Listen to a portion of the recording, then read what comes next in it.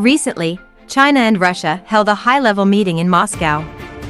During the talks, China invited Russian Prime Minister Mishustin to visit China within this year. Subsequently, the spokesman for the Prime Minister of the Russian Federation stated that Mishustin had accepted China's invitation.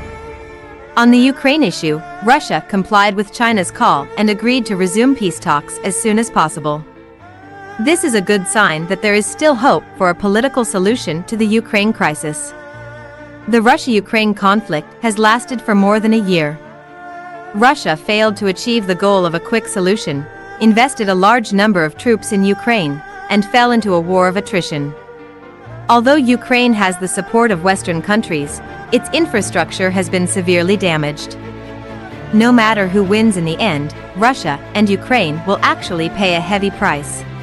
Soon after the Russia-Ukraine conflict broke out, the United States and Western countries launched economic sanctions against Russia. Russia cannot get goods from the West.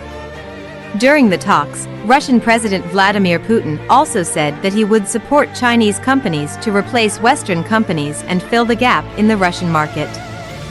For Russia, strengthening cooperation with China can catch the express train of China's development and thus overcome economic difficulties. In addition to Russian Prime Minister Mishustin, Brazilian President Lula, French President Macron and other politicians are also planning to visit China. At the invitation of the Chinese side, Brazilian President Lula will pay a state visit to China from March 26 to 31st. It is worth mentioning that Lula will also bring a large-scale delegation consisting of 240 Brazilian business people. It can be seen from Lula's delegation that his visit to China this time is to strengthen cooperation with China.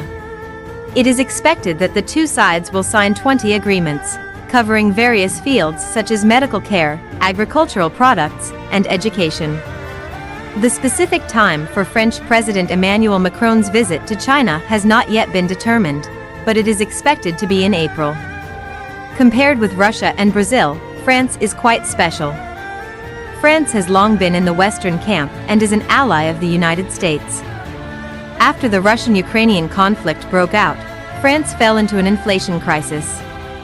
So Macron also set his sights on China. When China's high-level visit to Russia, the United States cannot sit still. White House National Security Council Strategic Communications Coordinator John Kirby said that U.S. President Joe Biden wants to talk to China. This is actually not surprising. Although Sino-US relations have been deteriorating in recent years, the trade volume between the two countries has not declined but increased. Therefore, China and the United States have to sit together and continue to talk.